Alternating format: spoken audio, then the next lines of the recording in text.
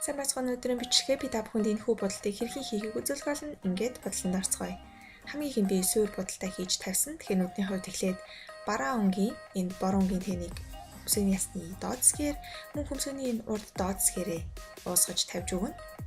Хүн баг зэрэг хамар хэсэг лүүгээ уусгасан байгаа.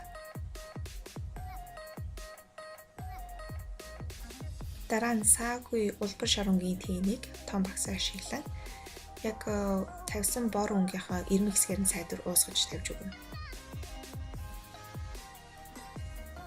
Дараа нь саатай улбар шар өнгийн тэнийг жижиг багс ашиглан үдий зов хэсгээрээ тавьж өгнө.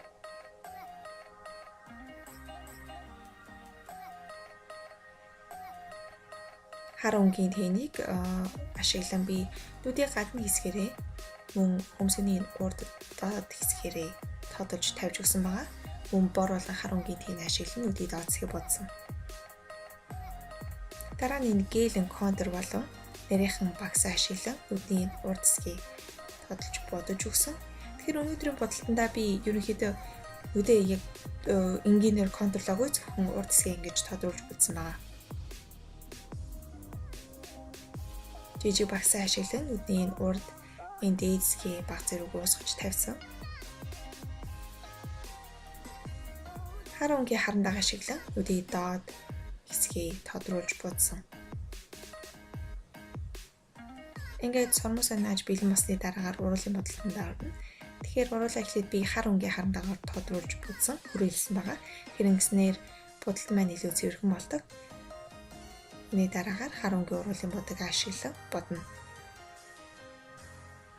Өмнө нь ашигласан саатай улбар шар өнгийн тэнээ би зөвхөн уруулын гол хэсэгтээ уусгаж тавьж өгсөн байгаа.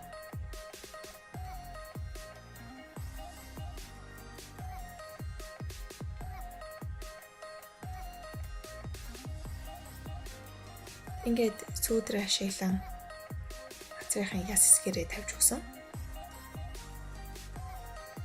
Хамгийн сүүлд нь бор өнгийн харандаг ашиглан баг зэрэг хиймээс ихийг зурж өгсөн байгаа.